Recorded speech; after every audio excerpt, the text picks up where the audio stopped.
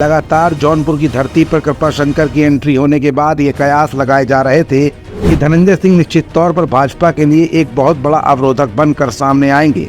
बड़ी मजबूत स्थिति के साथ श्रीकला चुनावी मैदान में उतरी।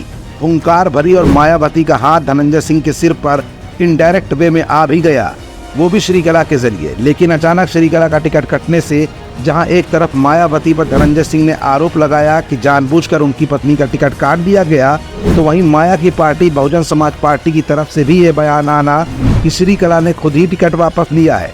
इन दोनों ही सवालों के बीच सिर्फ एक बात आम जनता के दिल में खटक रही है, और वो बात है कि आखिर इतनी बड़ी बाहुबली की पत्नी होने के बावजूद श्रीकला निर्दलीय चुनावी मैदान में क्यों नहीं खड़ी हुई।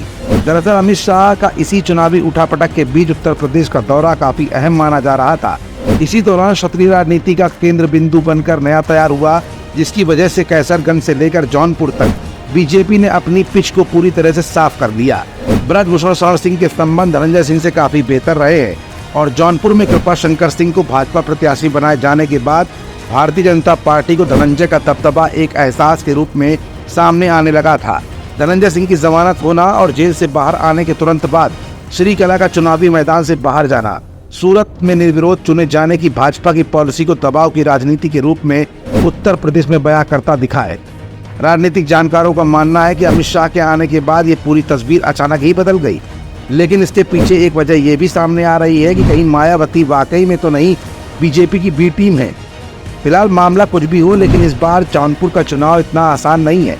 इसके लिए पिछले चुनावी रिजल्ट्स और फ्लैशबैक में चलना होगा। पार्टी के नेता पूरे घटनाक्रम के पीछे साजिश की आशंका जताते हुए सवाल उठाते हैं कि आखिर कौन नहीं जानता कि सूरत लोकसभा सीट पर निर्विरोध निर्वाचन के लिए किसने क्या किया। धनंजय की पत्नी ने चुनाव लड़ने से इनकार किया हो या फिर उनका टिकट कटा। बसपा के लिए अब जौनपुर सीट पर जीत की राह इतनी आसान नहीं है। पिछले चुनाव में सपा से गठबंधन के चलते बसपा के श्याम सिंह यादव ने 80,936 मतों के अंतर से जीत दर्ज की थी। वर्ष 2014 के चुनाव में भाजपा 1,46,000 मतों के अंतर से जीती थी। सीट के जातीय समीकरण भाजपा और सपा के प्रत्याशियों को देखते हुए माना जा रहा है कि अब श्याम सिंह यादव के मैदान में उतरने पर भाजपा को फायदा और समाजवादी पार्टी को नुकसान भी हो सकता है। तभी जुबान से बसपा नेताओं का ये भी कहना है कि जिस तरह से प्रत्याशियों की घोषणा के बाद टिकट बदले जा रहे हैं, उससे कहीं ना कहीं बहुजन समाज पार्टी को नुकसान ही हो रहा है। ऐसा लगता है कि बसपा जीतने के लिए चुनाव नहीं लड़ रही है। यानी इस पूरे घटनाक्रम में भारतीय जनता पार्टी का कृपाशंकर सिंह को मैदान में उतारना और अचानक बहुजन समाज पार्टी का कथित तौर पर यह कहना कि श्रीकला ने टिकट खुद वापस कर लिया है और वो चुनावी मैदान में नहीं उतरेंगी। लेकिन उधर धनंजय सिंह का ये कहना कि मायावती ने टिकट काट कर अच्छा नहीं किया, इन दोनों ही बातों के बीच में अगर देखा जाए तो आम जनता की नज़र से एक बात और भी छिप रही है, और वो तथ्य ये है कि ब्रजभूषण शरण सिंह के बेटे करण भूषण को टिकट मिला है।